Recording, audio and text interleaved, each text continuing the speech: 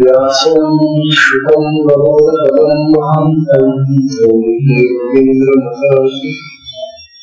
श्रीशंकराचार्यमुदास्य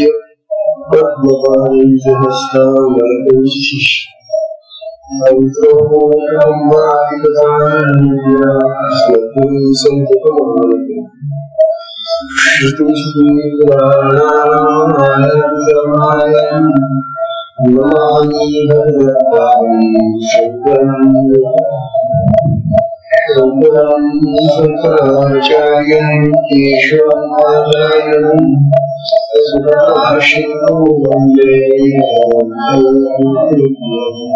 नित्यं शुभं निराभासं निराकारं निरञ्जनं नित्यं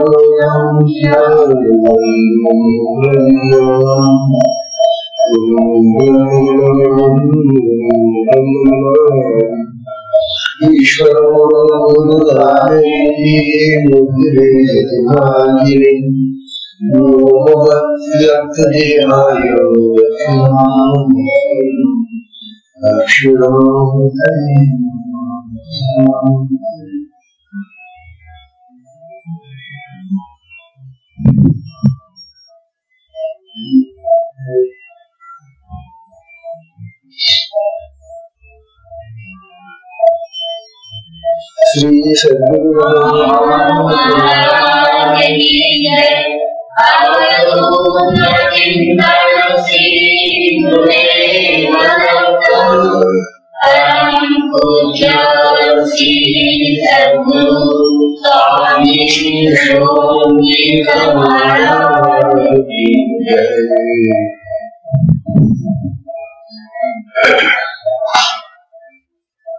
परम पूजनीय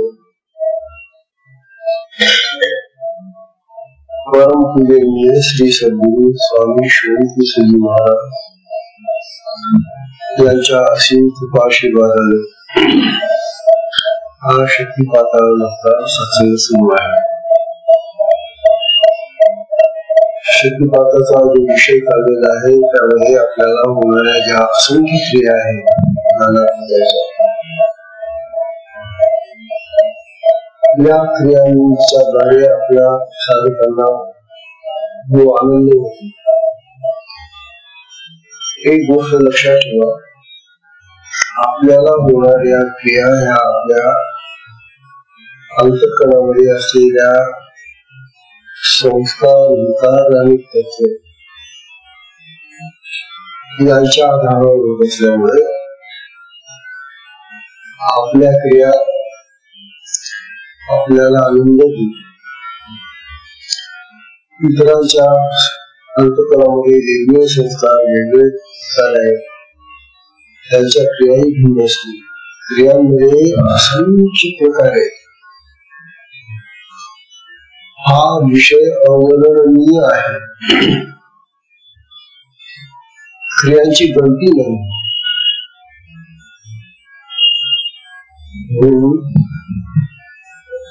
ज्या क्रिया होतात, मग त्या कोणत्याही क्रिया असो, मग त्या शुभ क्रिया असो व अशुभ क्रिया.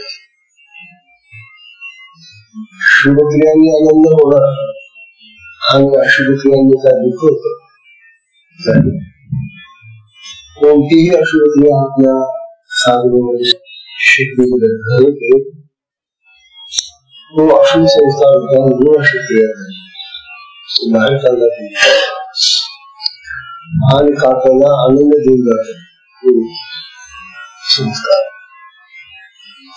म्हणून आपल्याला होणाऱ्या क्रिया शुभ असो वा अशुभ असो त्यांच्याबद्दल आपल्याला दुःख किंवा नाराजी करता कामा नये. काल आपला विषय चालला होता की आपल्याला मागच्या जन्माच्या सुद्धा क्रिया होतात. कारण मागच्या जन्मामधूनच तर आपण आलो या जन्म. तेच अंतःकरण आहे. मन, बुद्धी, चित्त आणि अहम हे जे अंतःकरण आहे आपलं, किंवा आपलं कारण शरीर आहे, महाकारण शरीर आहे, ते मागच्या देहातलं. त्यामुळे मागच्या देहामध्ये ज्या गोष्टी आम्ही जमवल्या आहेत त्या अंतःकरणामध्ये शक्ती काही काढते आणि म्हणून मागच्या जन्माचे काही संस्कार असलेले तेही आपल्या या क्रियांमुळे बाहेर पडतात. त्यांचा अनुभव वाणी निर्माण होणाऱ्या ह्या असंख्य काही 500 गाणी होतात. त्यांचे काही मनाने क्रिया होतात, काही प्राणाच्या क्रिया होतात, काही वाणीच्या क्रिया. वाणी म्हणजे आपण जे बोलतो ना त्या वाणीने क्रिया होतात, नाना प्रकारे क्रिया होतात. दृष्टीतून ज्या क्रिया होतात त्या क्रिया मंत्राच्या दृष्टीने होतात. मंत्र आणि मंत्रांची बीज, प्रत्येक मंत्राला त्याचं बीज असते, बीजातून मंत्र तयार होते. म्हणून ही मंत्र आणि मंत्र बीज जी व्यवहार साधने म्हणून आपल्याला जी शक्ती बाहेर काढते, दाखवते, त्याचा अनुभव देते, त्यावेळेला सुद्धा त्या मंत्राचा अतिशय आनंद होतो. सगळ्यात मोठा बीज मंत्र आहे ओंकार.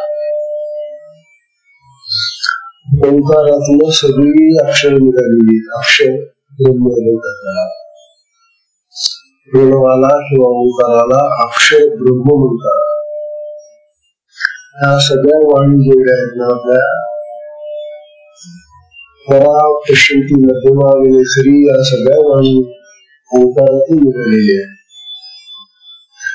तेव्हा ओंकाराचे जेव्हा आपल्याला साधने म्हणून जपाच्या रूपाने जी शक्ती आनंद देण्याचं कार्य होते, त्यावेळेला तो ओंकार आपल्या सगळ्या शरीरामध्ये भिनतो.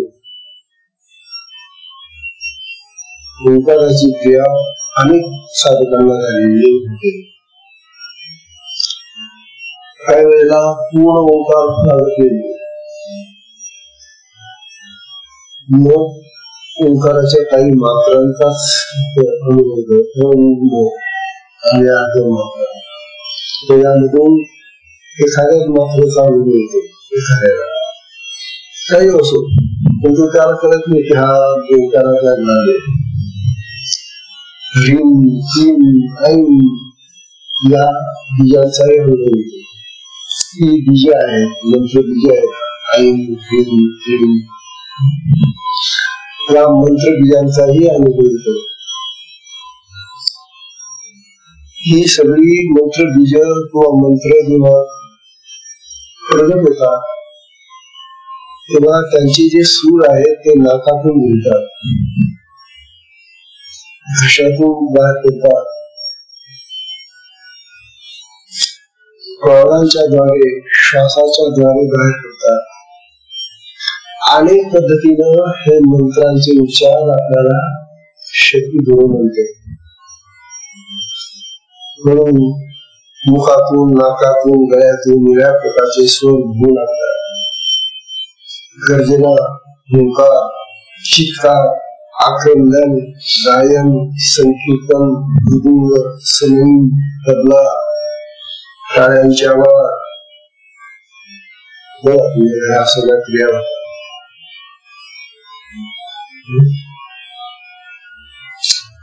तेव्हा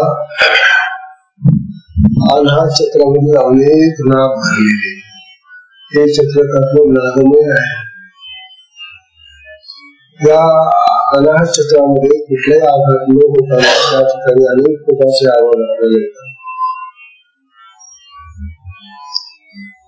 साधनेत बसल्यानंतर समुद्राच्या लाटांचे आवाज ऐकायला येतात. आता त्याला समुद्र पाहिलाही नाहीये तरी त्याला लाटांचे आवाज येतात, मेघाच्या गर्जना ऐकायला येतात, झऱ्यांचं झुळझुळ पाणी वाहताना ऐकायला येतं, धबधब्याचा आदळणं ऐकायला येतं, शंख, भेरी, मृदुंग, घंटा, वीणा, बासरी, नगारा मोदक बसा काय काय खेळतात त्या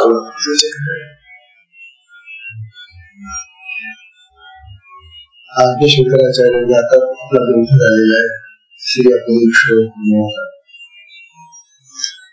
या आद्य शंकराचार्यांनी एका प्रकरणामध्ये दुसरं पुस्तक प्रबोध सुधाकर म्हणून पुस्तक लिहिलं. त्या प्रबोध सुधाकरामध्ये सुद्धा त्यांनी शक्तीच्या क्रियाचं वर्णन केलेले. त्यामध्ये त्यांनी मनोलयाचं फार सुंदर चित्रण केलंय. मन कसं लिहून जातात. हे मन आपलं जे आटोक्यात राहते, जे भटकणार आहे, भटकणार आहे, चंचल आहे, हे मन शक्ती त्याला विलीन करून देते.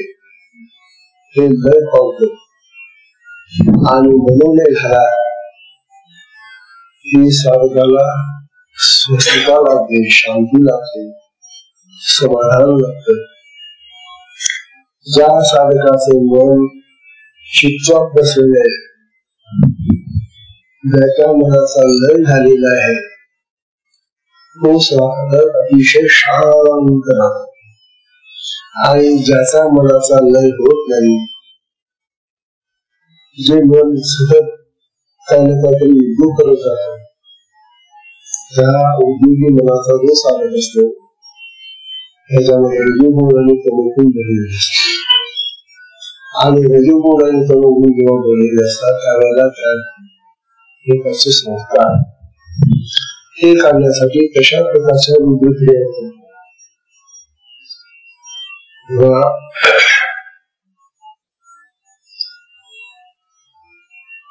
विषय चिंतन होऊ शकत नाही. मग ज्या वेळेला मन लय होऊन जातं, मन विलीन होऊन जातं, त्यावेळेला मग त्या साधकांनी कितीही प्रयत्न केला की मला अमुक एक विषय फार आवडतो, सगळ्या विषयाचं भान राहा, मन गेलं की सगळं गेलं, विचाराची गती होते. आणि अशा जो मनाचा लय झालेला जो साधक असेल त्याला आत्मस्वरूपाची प्राप्ती लवकर होते. तर ज्याच्या मनाचा लय होऊन गेला, मन समाप्त होऊन गेलं, मन आता कामच करत नाही, त्याला आत्मस्वरूप लवकर कळते. म्हणजे सगळ्यात मोठे कार्य आपल्याला काय करायचंय की आपलं जे मन आहे या मनाला विलीन करून टाकायचं. विलीन करणं म्हणजे काय, मारून टाकायचं, चित्र करायचं, काय कोंबण्यासारखं असं विलीन करणं म्हणजे ते आपोआप शांत होऊन जातं, मन अमन होऊन जातं.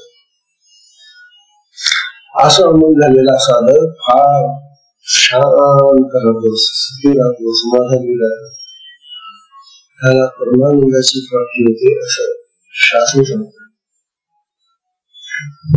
मग त्या ब्रह्मानंदामध्ये, त्या आत्मानंदामध्ये ते सतत निर्माण होतो. त्या ब्रह्मानंदामध्ये, आत्मानंदामध्ये राहणारा जो साधक आहे, भिडणारा जो साधक आहे, त्याला हे सुद्धा कळत नाही की तो कुठे बसलोय, काय करतोय, अशा देहाचा विचार येत नाही. हे भान कसं करणार होतं.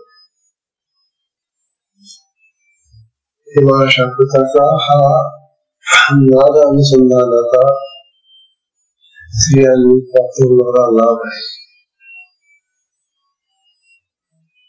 आता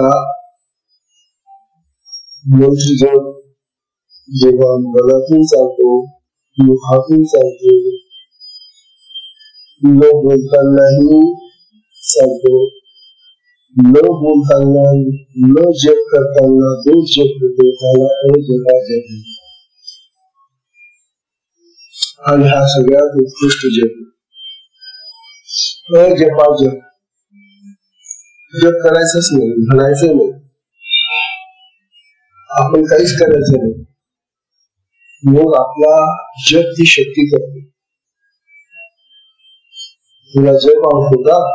ठीक आहे, मी करतो, मी देतो तुला जपाचा अनुभव, असं म्हणून ती शक्ती आपल्या पंथाचा जप करते. आणि आपण ऐकतो नुसतं.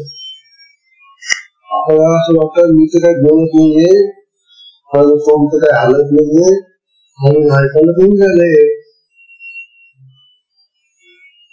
अशा प्रकारचा अजपा जप त्याला. आणि हा अजपा जप मग आपला झोपेमध्येही सांगतो.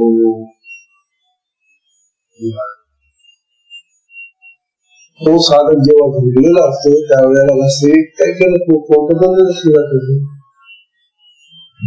परंतु त्याच्या हाताला उचलून आपण असं पाव लावला तर तिथे जप चाललेला आहे. तो सगळ्या शरीरामध्ये जप चाललेला असतो. ते जपा जप. जे मोठे महात्मे सिद्ध महात्मे त्यांच्या अंतकरणामधून हा जप सगळीकडे सगळ्या शरीरामध्ये पसरलेला असतो आणि तो आपोआप चाललेला असतो. त्यांना जप करण्याची गरज नाही. मग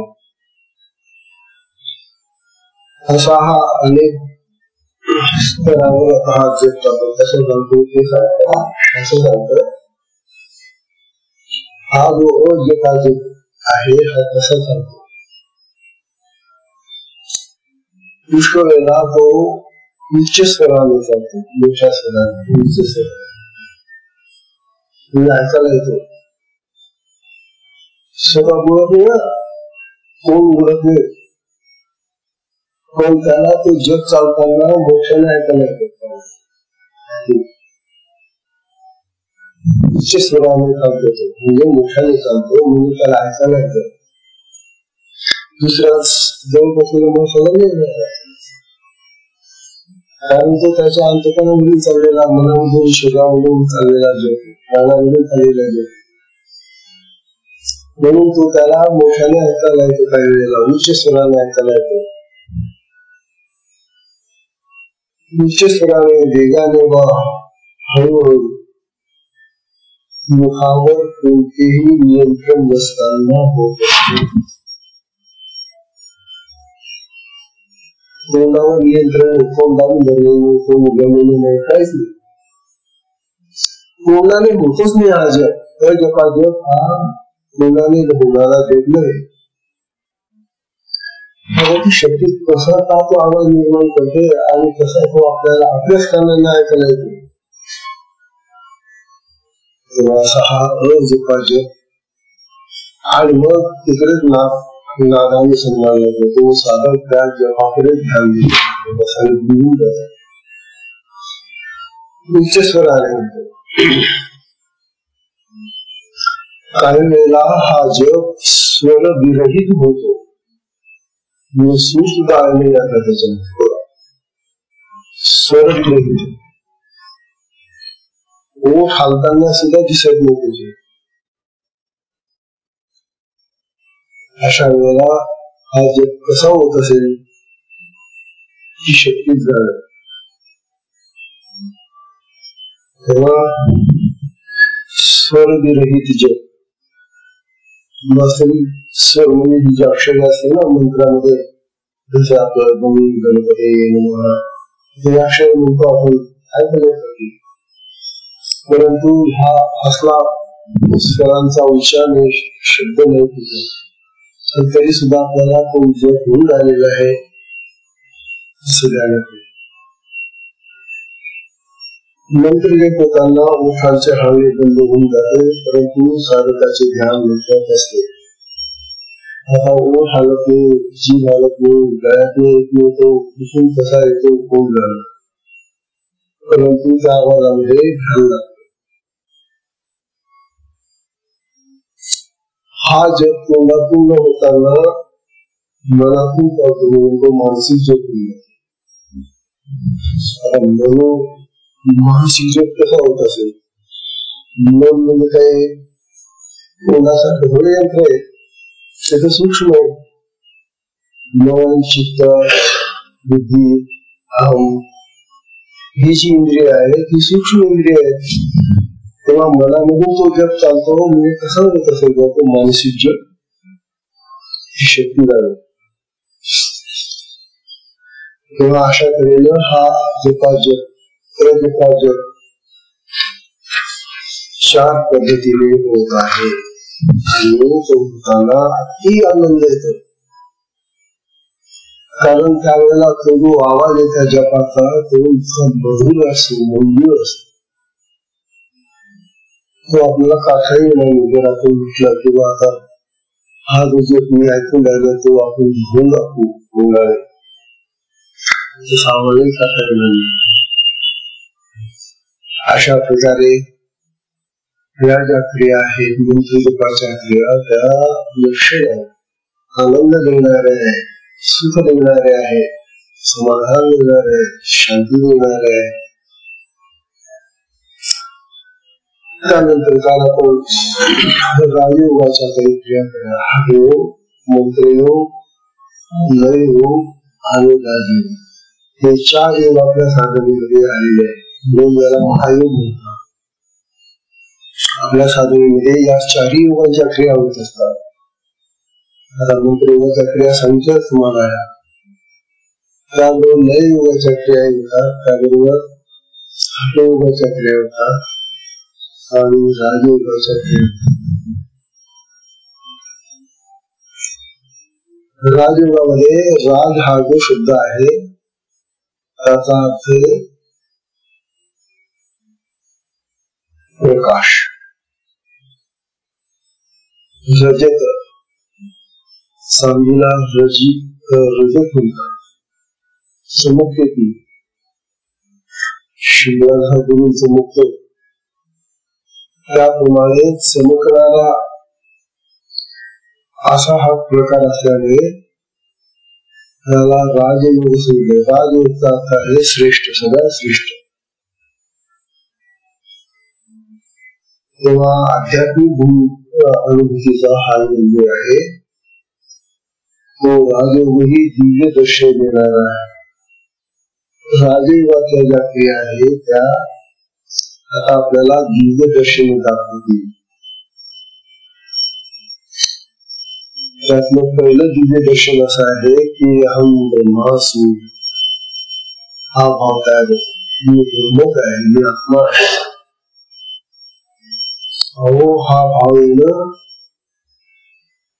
अशा प्रकारचा अनुभव आपल्याला साधनेमध्ये क्रियांच्या माध्यमातून येणं किती आनंदाचं होतं. तेव्हा राजयोगामधला सगळ्यात उत्तम अनुभव म्हणजे अहम ब्रह्मास्मीचा अनुभव. आणि त्यानंतर मग अनेक दिव्य असे इतरही अनुभव येतात. बघा असा हा जो राजयोग आहे याच्यामध्ये अनेक प्रकारचे दिव्यदर्शनांचे अनुभव आहे. अनेक दिव्यदर्शन होतात त्यामुळे. आणि ही दिव्यदर्शन देणारी ही जी महाशक्ती आहे तुला त्यावेळेला अल्लाहची शक्ती म्हणतात. ही भक्तियोगातही आहे. श्वेताश्वेत उपनिषदामध्ये ही दिव्यदर्शन कशी होतात ते सांगताना म्हटलेलं आहे. उपनिषद सांगितलं का बघा. उपनिषदाचा श्लोक असा आहे निहार धूमकानी निहार धूमकानी नीलानभानां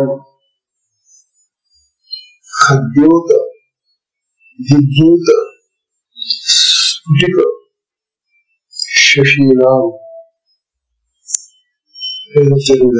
आहे.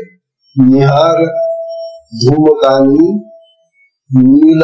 नीलनभानां खद्योत विद्युत स्फटिक शशीना। दूसरे चरण है एतानि रूपाणि पुरस्सराणि ब्रह्मण्य अभिव्यक्ति कराणि योगे। ब्रह्मण्य अभिव्यक्ति कराणि योगे असं हे श्वेताश्वेतर उपनिषदामध्ये सांगणार आहे। शक्ती जागृत झाल्यानंतर साधकाला क्रियानुभव कोणकोणते अनुभव येतात तर ते निश्चित असं सांगतं की निहार धूमकाली येतात, जाग धूप दिसते, धूप जसं धुक दिसतं ना डोळ्यामध्ये दुःख दिसतं तसं धुक पसरलेलं असं आपल्याचं दर्शन धुराचं दर्शन होतं, सूर्याचं दर्शन होतं, वायूचं दर्शन, वायू वास्तव दिसत नाही पण त्या वायूचं दर्शन होतं, अग्नीचं दर्शन होतं, काजवे जे समजतात ना काजव्यांचं दर्शन होतं,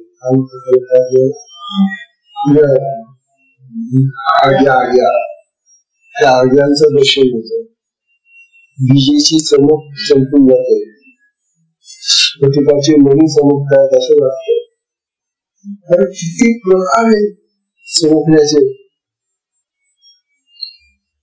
तेव्हा ही सगळी चमक मिळणारे जेवढे अनुभव आहे ते ब्रह्माची अभिव्यक्ती करणारे अनुभव आहेत असे। जे ब्रह्म सगळीकडे पसरलेला आहे त्या ब्रह्माला आपण पाहू शकत नाही, परंतु शक्ती आपल्याला त्या ब्रह्माचा अनुभव विविध प्रकारच्या दिव्य अशा दर्शनांनी आनंद वाटतो, पण काबलीत असतो, डोळे बंद असतात आणि हे सगळं दिसतं। आता सांगा तुम्ही डोळे बंद असताना वीज चमकते, अग्नी दिसतो, सूर्य दिसतो, तसं शक्य आहे का? परंतु हे सगळं आपल्याला साधनेवरून डोळे बंद असताना दिव्यदर्शन दिसतात। दिव्यदर्शन दाखवण्याचा हा प्रकार आहे, हा शक्ती काय करू शकत नाही, तिला काय अशक्य आहे म्हणून तिच्या सामर्थ्याकडे आपल्याला खरोखर रुंदच झाला। तेव्हा ब्रह्माची अव्यक्त रूपात प्रकाशित करणारी शक्ती आहे, ब्रह्म तर अव्यक्त आहे, दिसत नव्हते, प्रगट नाही, आत्मा प्रगट आहे, परंतु त्या आत्म्यालाही प्रगट करणारी शक्ती आहे।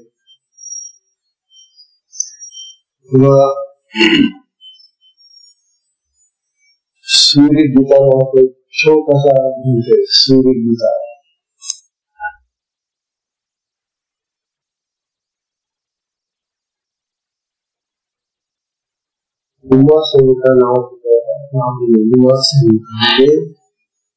भगवान शिवांनी मुंबईला पार्वतीला ही गीता सांगितली, जशी आपली गुरुगीता आहे ना तशी गीता आहे, छोटीशी। त्यामध्ये ते सांगतात हा म्हटलं बा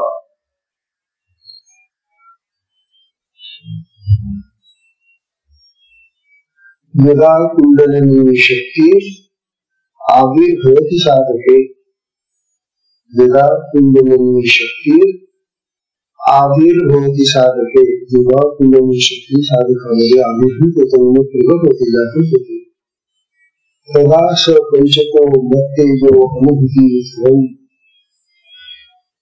तदा स पंचको मत्तेजो अनुभूति ध्वं, तेव्हा त्या साधकाला माझ्या तेजाचा अनुभव येतो। हे पार्वती, मी जो शिव आत्मा आहे ना, माझं जे तेज आहे ना तेज त्या साधकाला ज्या वेळेला गुरु दीक्षा देऊन क्रियावशीला शक्ती करतात त्यावेळेला ती शक्ती मीच माझ्याच प्रगत होते आणि त्याला अनुभव देते. कारण की ततस्तु तमसी ध्यानी पश्यति ज्योतिर ऐश्वर्यम. आज मैं भगवान पुरेला सांगतात परमात्म्याला ततस्तु तमसी ध्यानी. आणि त्या अंधकारावरून मी त्याच्या ध्यानामध्ये प्रगट होतो, तो मला पाहत असतो. पश्यति ज्योति ऐश्वर्यम. माझं ज्योतिरूप ऐश्वर्य माझं प्रकाश स्वरूप तो पाहतो तो साधक. तसंच होते श्वेतम रक्तम तथा पीतम कृष्णम कृष्णाम इंद्रधोम.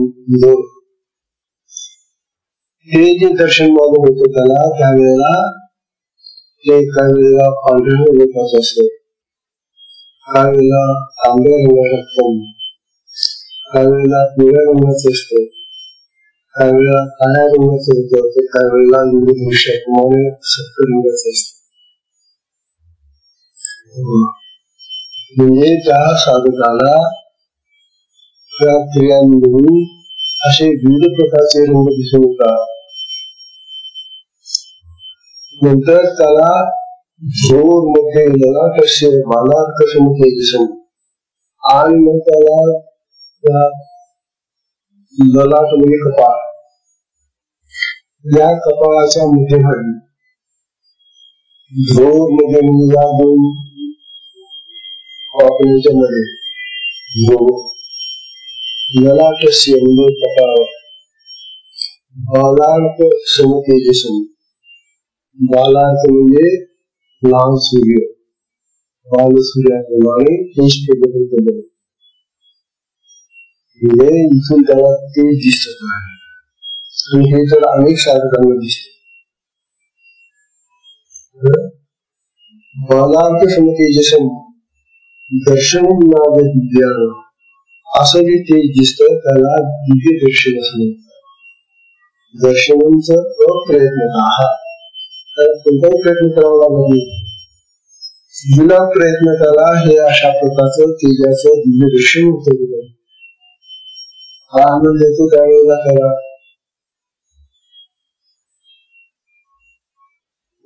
कसं काय ते दिव्य दर्शन कसं काय घडतं, कसा तो प्रकाश निर्माण होतो, बाल सूर्यासारखा प्रकाश आहे. फारच आनंदाची क्रिया आहे. जेव्हा क्रियाशक्ती साधकाच्या ठिकाणी क्रियारूपाने प्रकाशित होते त्यावेळी अन्नमय, प्राणमय, मनोमय इत्यादी जे पंचकोश आहेत, खास कोश देहामध्ये पंचकोश, त्या पंचकोशामध्ये साधकाला परमेश्वराच्या सूर्यरूप, ज्योतिरूप, तेजाचा आणि निश्चयाचा अनुभव. प्रत्येक कोशामध्ये त्याला निळ्या प्रकारचा तेजाचा अनुभव येतो. ध्यानाच्या वेळी साधकाला अंधारात अंतराकाशात ज्योतिरूप ईश्वराचे दर्शन होतात. जेव्हा तो ध्यानाला बसतो गच्च लागलेले असतात त्यामुळे अंधार तयार होतो आणि त्या अंधारामध्ये सगळं ज्योतिरूप ज्योत पेटलेले असे दर्शन होते. ही ज्योत शुद्ध तांबडी काळी इंद्रधनुष्याप्रमाणे नाना प्रकारचा रंग असेल. हीच ज्योत आता मला ती पांढरी दिसत होती, आता ती तांबडी दिसायला लागली, आता ती पिवळी झाली, आता ती निळी झाली. हीच ज्योत बदलते. कोण बदलतंय? कोणाजवळची क्रिया आहे? अरे ध्यानाच्या त्या अवस्थेमध्ये डोळे बंद असताना, गाढ ध्यान लागले असताना अशी ही ज्योत प्रगट होते आणि ती दिव्य ज्योत त्याला नाना प्रकारचे तेज लागते.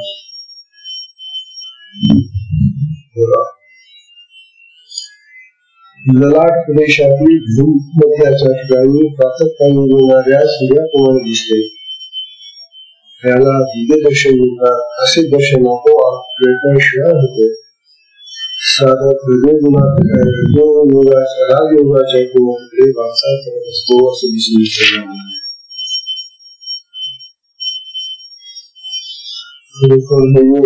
सगळं जे शास्त्रकारांनी सांगितलेलं आहे आणि अनुभव तुम्ही सांगितलेले की काही उदाहरणही ठेवले. पातंजली दर्शनामध्ये सुद्धा भगवान पतंजलींनी राजयोगामध्ये साधन होत असताना कसे अनुभवतात ते सांगितलेले. पातंजली बाबा त्यामध्ये 3 सूत्र महत्वाची. पातंजली हा सूत्र ग्रंथ सूत्र सांगितलेले पतंजलींनी म्हणतात या दिव्य दर्शनाचं स्वरूप कसं असतं हे 3 सूत्रांमध्ये मी तुम्हाला सांगतो. ही 3 सूत्र अशी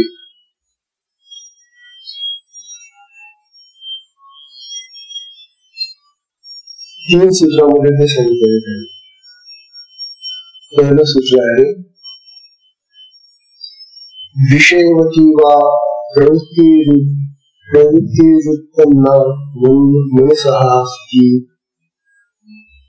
विषयवती वा प्रवृत्तीरुत्पन्ना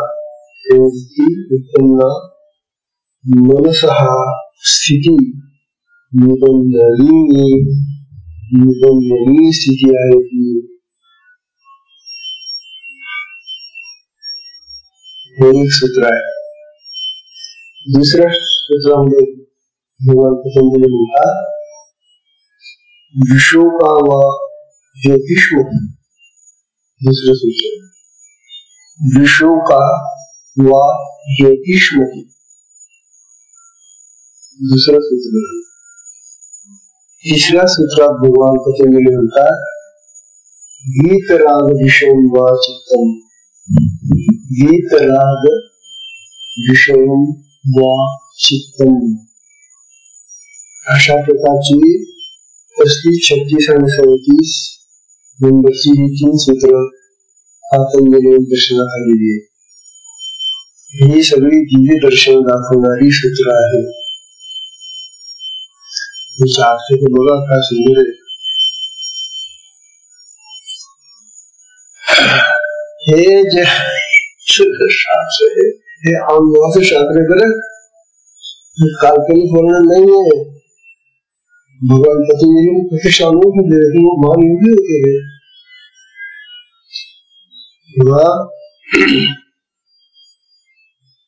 साधन प्रदर्शनाकडे साधकाला शरीर, मन आणि प्राण यांचे निष्कर्ष होतात आणि त्यावेळी विषयवती प्रवृत्ती उत्पन्न होते. शरीर आपलं इंद्रियांनी बनलेलं आहे. अनेक इंद्रिय आपल्या शरीराचे आहेत आणि शरीराच्या क्रिया जेव्हा सुरू होतात त्यावेळेला इंद्रियांमधून आपल्याला विषय प्रवृत्ती निर्माण होते. जरा अवघड शास्त्र आहे. शरीराच्या क्रिया होत असताना शरीराच्या बाहेर 10 इंद्रियांचे आणि आत 4 अशी 14 इंद्रिय आपली आहेत. भगवान पतंजली सांगतात की शरीर, मन आणि प्राण यांचा उत्कर्ष होतो. म्हणजे यांच्यामध्ये होतात त्यावेळेला विषय प्रवृत्ती निर्माण होतो. प्रत्येक इंद्रियांचा विषय, डोळ्याचा विषय रूप दर्शन आहे, कानाचा विषय शब्द आहे, जिभेचा विषय रस आहे, नाकाचा विषय गंध आहे. प्रत्येक इंद्रियांचे विषय त्यावेळेला विषय प्रवृत्ती तयार होते. हे आपल्याला प्रत्येकाला साधनेच्या बाहेर येते. तेव्हा विषय प्रवृत्ती उत्पन्न होते. या क्रियामधून इंद्रिय विषयांचे अनुभव होतात. आता ते अनुभव मनाच्या चिकाटी स्थानी होतात. ते अनुभव गेले इंद्रियांचे अनुभव मनामध्ये. पण मन इंद्रियांचा राजा आहे ना. मन मुख्य असल्यामुळे मन सांगतं की हे डोळ्या, तू डोकं, हे कान, तू शब्द आहे. मन असं राजा आहे इंद्रियांचा. मग इंद्रियांचे ते जे अनुभव आहेत ना, इंद्रियांच्या ज्या क्रिया आहेत ना, विषय, त्या विषयांच्या अनुभवाच्या क्रिया मनामध्ये मनाला चिकटतात. मनाच्या चिकाटी स्थान येते. त्यावेळी साधकाचा चित्ताच्या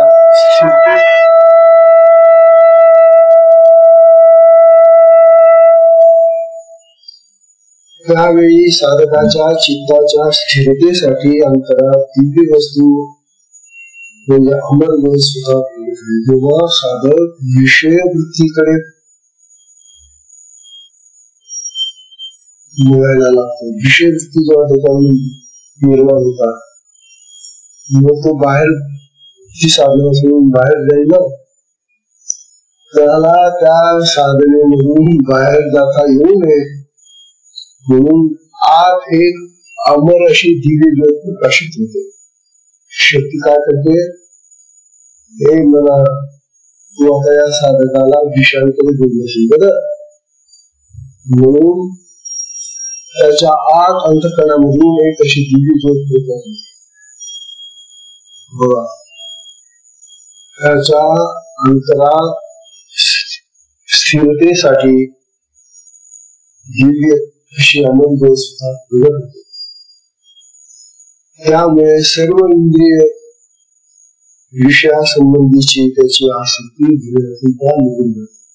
आणि त्या दिव्य अशा ज्योतीकडे कसं लक्ष लागलं नाही लागलं की अमर ज्योत आहे, शक्तीने निर्माण केलेली ज्योत आहे.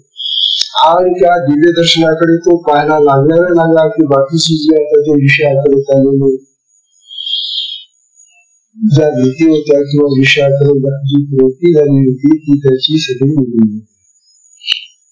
मग तो विषय विसरून जातो, इंद्रिय विसरून जातो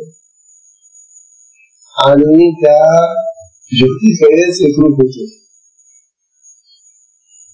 मनाला शक्तीचं केवळ कार्य आहे. तुमच्या मनाला, तुमच्या वृत्तींना असा आपण प्रयत्नाने घालू नाही शकत, घालवू नाही शकत. पण ती शक्ती तुम्हाला असा चमत्कार दाखवते की त्या चमत्कारामुळे तुमचं मन, बुद्धी, चित्त आणि जे अंतःकरण आहे ते त्या अमर ज्योतीकडे लागतो. त्यामुळे सर्व इंद्रिय विषयासंबंधीच्या आसक्ती हृदयातून निघून जाते आणि चित्त हृदयात मिळून जाते. चित्ते समाप्त जातं, मन समाप्त जातं. चित्त लयाची ही अवस्था आहे. अशा वेळेला चित्त लय होतो, मन लय होतो, मन मनाचा विलय होऊन जातो. तेव्हा त्या दिव्य ज्योती दर्शनात साधकाचे मन गुंतून जाते आणि त्याला साधनेने मिळणाऱ्या फळाची, लाभाची चिंता राहते. मग त्याला असं मिळून वाटत नाही की आता ही जी साधना करून राहिली आहे, मला याचा काय लाभ होणार आहे, मला काय प्राप्त होणार आहे, याची त्याला गोष्ट, याची चिंता वाटत नाही, याची त्याला इच्छा राहत नाही. कारण आपली साधना ही काही तुला आधी आमिष दाखवून लावते कामाला. आपली साधना मोहित करणारी साधना नाहीये, पाशात अडकवणारी साधना नाही. आपली खुशीने करणं, आनंदाने रम, तुझ्या इच्छेप्रमाणे साधना कर आणि मग तुला जे शेती मिळालंच चांगलं. अशा प्रकारे वायवीय संहिता नावाची संहिता आहे. संहिता म्हणजे त्या वायवीय संहितेमध्ये सांगितल्याप्रमाणे विजेची प्रकाश, नक्षत्र दर्शन, चंद्र, सूर्य, अग्नीचं दर्शन, काही वेळेला प्रकाश फारच उग्र स्वरूपाचा असतो. हजारो सूर्य एकत्र आले आहे इतका मोठा प्रकाश दिसतो. पाहू शकाल तुम्ही, सूर्याकडे सुद्धा पाहू शकत नाही. परंतु असे अनेक सूर्य एकत्र येऊन त्यांचा प्रकाश झालेला आहे असा मोठा. एवढं मोठं त्या प्रकार दर्शन असतं की होऊ शकत. काही वेळेला अग्निशिखा म्हणजे अग्नीचं तेज असतं, काही वेळेला दीपशिखा दिव्याचं तेज असतं. बिंदू, काच, स्फटिकमणी, काजवा यांच्याकडून लहान मोठे आकार दिसतात. तर कधी कधी ताऱ्यांनी भरलेले नील आकार दिसते. हा दिवसा सुद्धा साधना करणारा पहाटे आणि तरी त्याला त्या साधनेमध्ये निळ्या नक्षत्रांनी ताऱ्यांनी भरलेला आकार दिसतो. हा सुंदर आकार आहे. आता हे आकाश दर्शन तुला स्वप्नात मिळालं का? आता तो जागा आहे ना, साधनेला बसलेला साधनेमध्ये क्रिया लागेल त्याला तेव्हा ह्या नील आकाशाचं दर्शन झालं. तेव्हा अशा प्रकारची ही दिव्य दर्शन होत असताना साधकाचं मन अति सूक्ष्म होत जात आणि त्याला आनंद अनुभवायला मिळतो. मनाला अमल करणारं हे साधन आहे. हे मन इतर दुसऱ्या कुठल्याही कारणाने अमल होत नाही लवकर, परंतु ही शक्ती त्या मनाला बरोबर अमल करते, मन ग्रहित करते, मनाला पाहून टाकते, विलीन करून टाकते. आणि ज्याचं मन असं पाहून उद्दिष्ट झालेलं आहे, पाहून समजायला अमल झालं, तो साधक महाभाग्यवान. अशा प्रकारचा हा दिव्य दर्शनाचा भाग आहे. हा फार आनंदाचा आहे. अनुभव भाग आहे दिव्य दर्शनाचा. त्याला पाहून या नुसत्या ऐकण्याने इतका आनंद होतो, जो प्रत्यक्ष ज्याला अनुभव होतो तो किती आनंदित होत असेल. हे अनुभव त्याला प्रत्यक्ष येतात अनुभवाला किती आनंदित होत.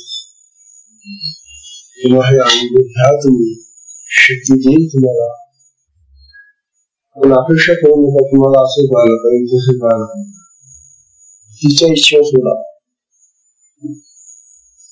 तसं सांगायला विश्रांती